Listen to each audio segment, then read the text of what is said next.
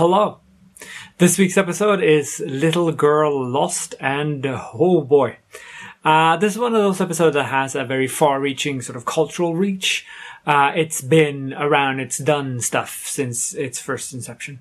So the first part that I noticed was that it does not look like the same bed that he reaches under as the one he actually flips the covers up and stuff. It doesn't look quite the same. Not quite sure.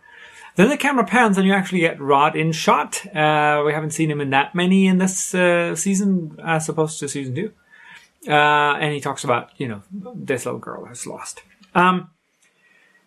So everyone should know a physicist, right? I mean, just to be able to call a theoretical physicist to get him to your house to talk about the fourth dimension is very, very useful, I think. Do you know a physicist? Do you have one sort of on call? Good? Yeah? Sweet. So there's a nice dissolve, or just a jump cut, actually, when they throw the coin at the wall. I'm not sure I like it. I think it was more difficult to do the dissolve when the hand goes in on the coin without it looking very hokey. So they did a jump cut instead, but it's kind of obvious. This is called a Rhinomanian cut, I think, which is a confluence of points between dimensions. Not quite sure how the physics of that work, and I don't think the author of the episode did either. It's more unintentional. But that's what it's called. You can use it as an example of that. It's a theoretical thing, but it's still there. So, I like the dissolve of the arm into the wall itself. It's pretty neat. I mean, you cater to it. When he draws on it, it doesn't make much sense because they have the plate on one side. So when he's touching this side, he can reach through on this side, which means that he can draw the outline here and here. But when he gets here, he still reaches in there and then draws. So he should have been, touching the wall rather and feel like, oh, there's where we go in. But that's not what the cut is allowing. So, oh well. Acting versus a wall, like they do here when they're sitting and just talking to a wall is kind of interesting.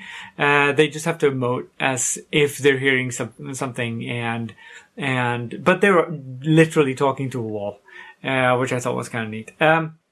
When he gets into the fourth dimension or fifth or whatever it is, it's sort of psychedelic with these sort of big reflective shapes and twisted reflections and everything. It's not quite as psychedelic as the late 60s would have it. I have memories of is it the Omega Man, I think, which has these really weird, and there's some in old Bond movies as well. It's very sort of paisley and moving around and stuff. And this is coming up on that, but it's not quite there yet. Of course, there's references to be made from this movie. This gets redone in The Simpsons, where Homer actually goes three-dimensional, and he ends the episode walking into a cake store, as one might. That's in a Treehouse of Terror, a very early one. This is also, of course, very similar to the story in Poltergeist, where there is a spiritual dimension of the house itself. So this is an influential episode, even though it's small. It's only, 3 people and some weird mirrors, and then you got a really, really good episode. Next episode is Person or Persons Unknown, and I will look forward to seeing you then. Take care now.